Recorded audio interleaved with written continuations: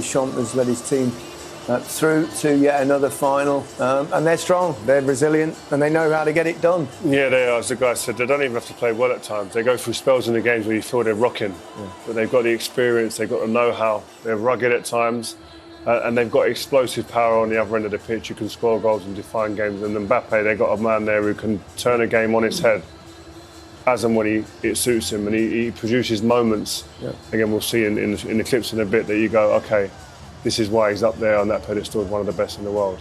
They seem able to suffer in games, don't they? Because I suppose partly if you've got him, he can produce a bit of magic like he did for the second goal, even though it wasn't his goal.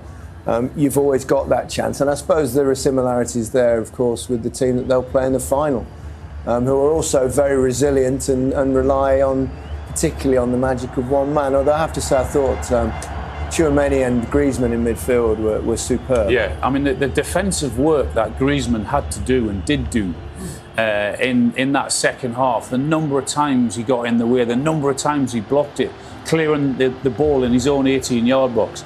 I agree with you. I thought Tchouaméni and particularly Griezmann, who I thought was man of the match, it was a fantastic effort. He played really, really well. I mean, you listen to the sound out there, listen to that sound. That roar out there is for them Moroccan players. Yeah. They're going to go back heroes. And you can see on the pitch there's fans are leaving the stadium, but that roar there signifies what they're going to be receiving once they go back into their homeland, and rightly so. I think that's absolutely right, don't you? Exactly, but they still have a chance to make history and finish third. Yes. In the last game. In the third place playoff, of course. I mean, they've already made history by it, even if they finish fourth, but third would be even better, something to play for. There were some great performances out there from the Moroccan players. Some great performances from some of their players out there. Oh yeah, you've seen Amrabat, you've seen Bono, the goalkeeper, Hakimi. You know, they've been, and the manager as well. Yeah, what a job he's done. Highlight his job. He's been really brilliant. Only 3 months at the head of this team. You see some disappointed players out there, and understandably so, but as we said, they should be very proud of what they've done and how far they've come, because their performances, what they've given their fans, and their fans have turned up in their thousands and supported them right the way through, particularly today. So yeah, it's been a great effort from Morocco. Yeah, I mean, it was always open, the game, wasn't it? Because Morocco were really pushing, but it was the second goal that finished it, really. And the substitute came on, Kola Muani.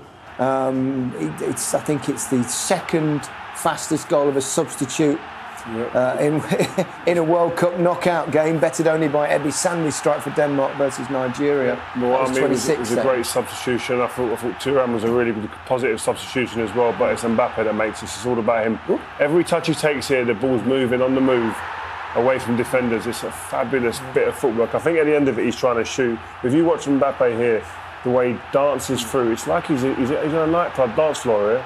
Around free. You should know, Ria. I was very accustomed in that area when I was in my younger days, but not anymore, Gary. You don't mind one of those as a sub, do you? 3 yards out, first within a few seconds. Yeah. The interesting thing here is actually is whether Mbappe gets the assist. It's not been decided yet. It's decided by a committee because of the deflection. And the insignificance here is that actually both Mbappe and Messi have got 5 goals. Messi has 3 assists, and at the moment Mbappe has 2. If he's given that as an assist, it'll be exactly the same. Wow. 5 goals and 3 assists, and well, you can't rule out the other 2 in there as well. Olivier Giroud and Alvarez, who scored 2 in his semi-final. So if the Golden Boot is up for grabs, all set up really nicely. But it's the big gold trophy that everyone really wants. Typical youth strikers talking about Golden Boots. There's a big trophy there, gold one, waiting to be had. You know? Secondary.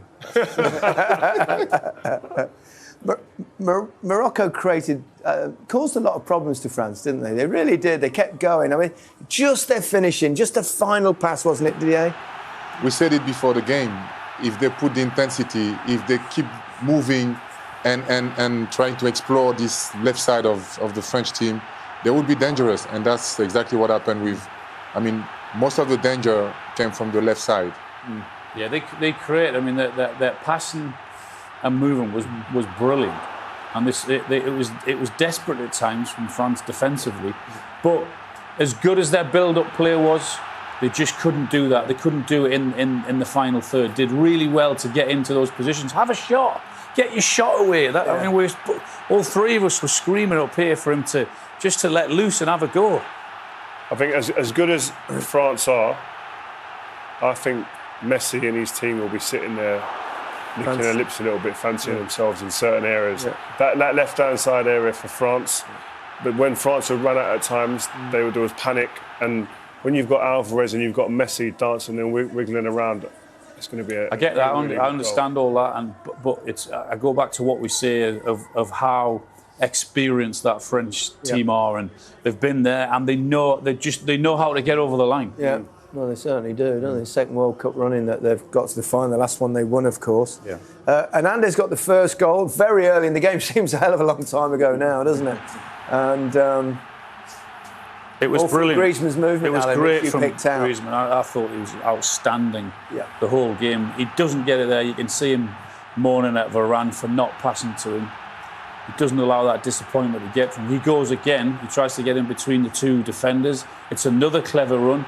The pass doesn't come again. So a second disappointment, but just watch his movement here. Go short to go long. One run for the defender and one run for yourself to create that space. And it falls to Hernandez at the far post, and he finishes it off really well. But it was all because of Griezmann's quality. Yeah, it's interesting because he's playing a deeper role. He's been playing in midfield, but he hasn't forgotten how to make the runs of a forward, did he? I mean, it's like cycling, you know, like you never forget it, you know. And he's been really the main mind in this team, the maestro of this team, attacking, defending, everywhere. I would be very interested to see the distance he covered during this game. Griezmann, I suppose, after probably Messi and Mbappe, would perhaps be the third best player in the tournament, maybe. Yeah, I think he's definitely. He's in the conversation, no doubt. I think he's been the best defensive player in the tournament. He's been I know, and he's also been pretty good going the other way. Yeah, we could show some great clips of him on the ball and creating stuff, but we could show probably clips as good, if not more important, defensively, and that shows you his all-round game, the impact he's having on this team. Look at his position there. Yeah. That's a centre-forward striker. Yeah. That's by trade in that position. Proving how easy it is to defend Rio. What he's doing. And another one. We highlighted Amrabat before the game in terms of what he did for his team defensively. But Griezmann was equally as good in that position in terms of what he was doing and helping his defenders out in the box again. And he's the one that's picking up the pieces. It requires huge intelligence to be able to do that. Has he surprised you the way he's played in this role? Because it's not something you'd have gone, oh, he's a defensive-minded midfielder. Yeah, it's very surprising, but I think he's got the intelligence and the quality to do it, and he looks more like Kante than. It shows how good a team player he is as well, doesn't it? Someone that's willing to do the hard work, even though obviously he's a cultured footballer. Yeah, but also you've got to give Deschamps credit as well for changing his positions slightly. He's really enjoying what he's doing. He's working as hard as anyone is doing on the pitch, and he's doing an incredible job, both going forward and defensively for his team. Been superb. Yep. A word on your namesake, Mr. Deschamps. He's fourth manager in World Cup history to lead a team to back-to-back World Cup finals. Not bad. It's not bad. I think nothing happened. I mean, everything happened for a reason. He's the most crowned, I think. Not bad. It's pretty good. No. He's I think he's one of the most crowned player and manager in France. Yeah. So he knows how to win. Yeah. He learned that in France with Marseille, with Juventus, with the national team. Won the World Cup as a manager, won the World Cup as a player, again in the final. Yeah. He knows how to win games. When you look at the job he's done, when you look at the players who they've had missing, I mean Pogba, Kante, Kimpembe, Benzema, Nkunku, Hernandez, who hurt his knee in that first game. And two players missing tonight, Upamecano and Rabiot. Rabiot, absolutely. Yeah. So what a job he's done. Yeah. But he was a water carrier himself. Yeah. He would tell you that himself. Yeah, he was someone who done the dirty work for other players, sacrifice, and he's got players in his team that are doing exactly that. Griezmann, for one, a phenomenal manager who's getting the best out of these players. I want to talk about Chimani in a minute, but I want to give you one of those pointless stats our guys come up with every now and again. Randall Kolo Muani is the first number 12 to score at this World Cup, meaning that all the shirt numbers now, from 1 to 26, have netted at least once in Qatar. How about that? Including the number one, you may ask, is an own goal from a goalkeeper, but we'll allow that. Fairly pointless, but I thought you might enjoy it. Tchouameni, he's blossomed in this tournament. Scored that fabulous goal against England, of course, that helped them towards their victory. He's an all-action midfielder. He's got it all. He's gone to Real Madrid and he's slotted straight into that team, and that takes some doing. A club of that stature, it shows you he has a temperament. And in the big games, in every game really, he's shown elements that you go, I can see why he's gone for that money. And he's at a club like Real Madrid. This kid's got power, he's got everything. He's got poise, skill, he's got awareness. He had the most touches for France tonight. And he is going to make mistakes. He's a young player, inexperienced at this level, but he does some stuff that does take your breath away. He produces a moment like this where he bursts through the middle of the pitch, shrugs people off, gets off, and then he can play a ball at the right pace, right time. Should be a goal at the end of this phase of play. Super talented. Yeah. Really, it was him that driving forward. Then it didn't go on the back of the net, but he was the one that was passing it into Giroud, wasn't he? Yeah, he was really breaking between the lines. Very clever player, very intelligent player, reads the game very well. He's always between the lines, finding the best pass, the good pass. Yeah. And I would say no Pogba, no problems. You have Tchouameni. Yeah. I think Didier mentioned before the game, it's big pressure to be replacing Paul Pogba. In France, or Kante. And Kante as well as out of the team. So to be able to go in and handle that is huge. Yeah. Amazing, really. Let's look ahead a little bit to the final. It's a beauty, isn't it? Oh, in this. When you look to this game today, listen, fairy tale wise, you'd like Morocco to get through. But if you're thinking about, you've got two mega stars, Messi. It could be the passing of the baton. Who knows? From Messi to Mbappe if he produces Mbappe. But there's so many different subplots to a great game in itself. Yeah, it was 4-3. I mean, 4 years ago, that was an absolute... You remember that game? It was an absolute cracker with some unbelievable Pavard's little bender. And there was... What will Argentina have learned watching this game tonight, do you think, Didier? I think they know that this French team doesn't like, to receive a lot of knocks, so... And Argentinian, they're really aggressive. Yeah. And they won't let Mbappe... facing the game, they will try to block him. They know he's the main man, but it's going to be difficult for them to handle Griezmann, Tchouameni, even Dembélé. Dembélé, we don't talk about him, but I think he's been helping Koundé a lot. Working hard, yes. Yeah. I think they'll definitely look at what Rio highlighted in terms of the left-hand side. That's what Morocco tried to do tonight with Ziyech in particular. So you can see Messi or Alvarez having the joy and success, and creating chances, definitely. Yeah. It's a tough one to read. I mean, I look at this Argentina side and I see a side very similar up in 1986. You were born, at least you were born. And, they're very aggressive, they're very working, they've got a lot of very strong, powerful players, not hugely gifted talent all over the field. They had a really good centre forward in Valdano back in '86, and now they've got Alvarez, and then they give the ball to a genius, Maradona, now Messi. So, I mean, it's a similar approach. Will it be good enough? I don't know, man. I just think the stars are aligned for Messi. Like, he's hit 1,000 games during this tournament. Yeah. People are questioning, when the question's asked, who's the greatest of all time, who's the best, Maradona or Messi, they say he hasn't won the World Cup. Yeah. This could be the moment. I think their coach has done an unbelievable job, and you're right. They can do the hard yards, they can do the dirty work, but they've got every single player at every opportunity looks up. Where is he? Where's Messi? Give the ball to him. Yes, they rely on him a lot, but the manager's found a way also in terms of getting that partnership, Alvarez and Messi. Yeah. And he does a lot of his running because we've seen Messi. He has to, because he's not as quick as he was, and he doesn't work as hard as he did, but. As we saw the other night, he's still got unbelievable brilliance to go past players with those little feet. Once they get going, he's very, very difficult to stop. Yeah. So it's going to be fascinating. Does playing in a final 4 years ago, does winning the competition 4 years ago become an advantage in another final?